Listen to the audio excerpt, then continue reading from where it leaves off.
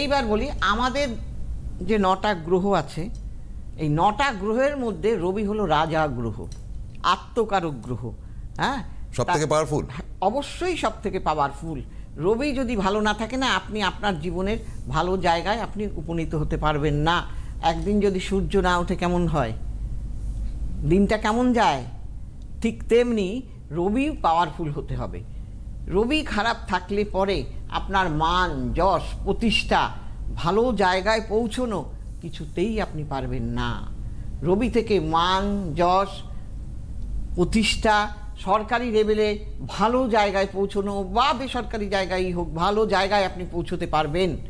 আর যদি রবি খারাপ থাকে, নিচস্থ থাকে বা গ্রহণযোগে আক্রান্ত থাকে, রবি রাহু গ্রহণযোগ হলে কি হয়? তাহলে আপনার জীবনে গ্রহণ লেগে গেল। শনি রবি একসাথে থাকলে সেটা বিষযোগ হয়ে গেল, জীবন বিষ। কেন কেন যদি বলেন? হ্যাঁ, রবি হলো পিতা আর শনি হলো পুত্র।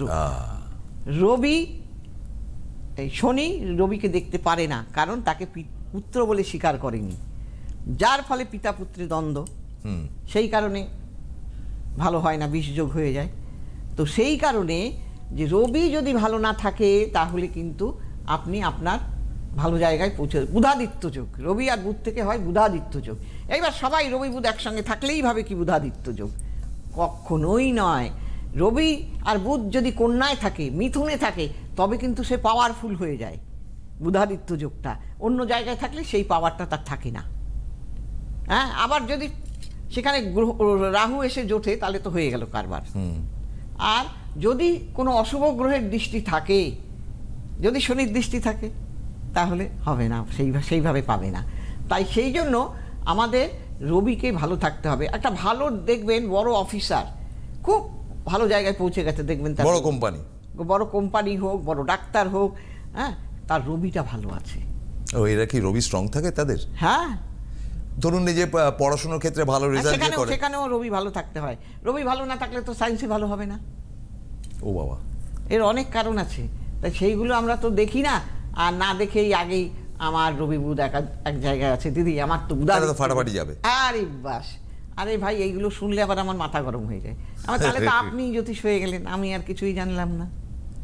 এগুলো সব দেখতে, এবং তার ডিগ্রি দেখতে হবে, নক্ষত্র দেখতে হবে।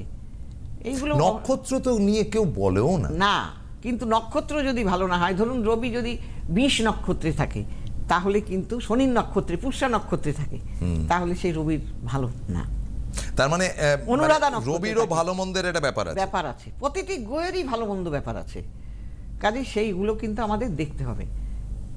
এইবার সেই কারণে আমাদের প্রত্যেককে রবিটাকে ভালো রাখতে হবে, মান, যশ।